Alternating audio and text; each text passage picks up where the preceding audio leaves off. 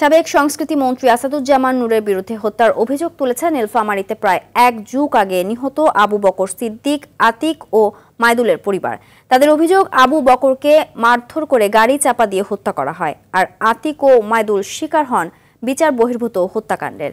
এমনকি মাইদুলের মৃতদেহটিও বুঝে পায়নি পরিবার। প্রতিনিধির পাঠানো প্রতিবেদন জানাচ্ছেন সায়েদ মাহমুদ। 2013 সালের 14 ডিসেম্বর বিশাল গাড়ি বহর নিয়ে নীলফামারী 2 আসনের আওয়ামী লীগের সংসদ সদস্য আসাদুজ্জামান নূর জেলা সদরের লক্ষ্মীচাপ এলাকায় যান। সেখান থেকে ফেরার পথে টুপামারী ইউনিয়নের রামগঞ্জ বাজারে পথসভা করার কথা ছিল, কিন্তু প্রতিমধ্যে পুলিশ সদস্য ও আওয়ামী লীগের সঙ্গে জামাত শিবিরের নেতাকর্মীদের ব্যাপক সংঘর্ষ হয়। ভাঙচুর করা হয় নূরের গাড়িসহ অন্তত 100 মোটরসাইকেল। পরিবারের অভিযোগ, আওয়ামী লীগ নেতাকর্মীদের মারধর ও আসাদুজ্জামান নূরের গাড়ি চাপায় নিহত হন আবু বকর। আমার ভাই বাড়ি থেকে বাস বিক্রি করার জন্য রামগঞ্জের বাজারে গেছিল। নূরের গাড়ির বহরে আমার ভাই ওই গাড়ি সম্পূর্ণ আমার ভাইয়ের উপর দিয়ে চলে গেছে।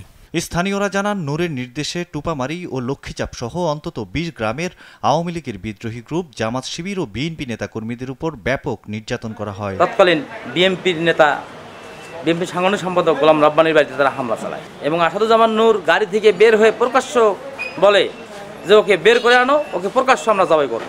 নিজের গাড়ি বহরে হামলা হয়েছে দাবি করে ওই সময় আসাদুজ্জামান নূর জানান, মানবতা বিরোধী অপরাধে জামায়াত নেতা কাদের মোল্লার ফাঁসি কার্যকর হওয়ার পর জামাত শিবির তাণ্ডব চালায়। সেসব দেখতেই তিনি রামগঞ্জ গিয়েছিলেন। 2014 সালের 14 জানুয়ারি টাঙ্গাইলের দেলদুয়ার থেকে গোয়েন্দা পুলিশ পরিচয়ে তুলে নেওয়া হয় রামগঞ্জের আতিক ও মাইদুলকে। পরে 18 জানুয়ারি আতিকের লাশ মেলে সৈয়দপুর রংপুর বাইপাস সড়কের নড়িয়া এলাকায়। এর 2 মাস পর মাইদুলের পরিবার জানতে পারে বগুড়ায় মোকামতলা এলাকায় আঞ্জুমান মফিদুল ইসলামের মাধ্যমে তাকে কবর দেয়া হয়েছে। গৃহভ্রাতি যে বাবাকে হত্যা করলো, তার হত্যা আমি চাই, আমি এটা সহ্য করতে পারি না। নূর সাহেবের চক্রান্তে আমার ছেলে নৃশংসভাবে হত্যা হয়। আমরা লাশ পাই নাই, লাশ গুম করছে। এমন ঘটনায় জড়িতরা উপযুক্ত শাস্তি পাবে বলে আশা এই আইনজীবীর। ডিবি পরিচয়ে তাদেরকে ধৃত করা হলেও তাদেরকে আদালতে আইনের কাঠগড়ায় তাকে তোলা হয় নাই। বিচার বহির্ভূতভাবে তাদেরকে হত্যা করা হয় আসাদুজ্জামান নূরের বলা চলে তারই নির্দেশে, কারণ তারই পেটোয়া বাহিনী। বৈষম্য বিরোধী আন্দোলনে শিক্ষার্থী হত্যার মামলায় গ্রেপ্তার সাবেক সংস্কৃতি মন্ত্রী আসাদুজ্জামান নূর বর্তমানে কারাগারে।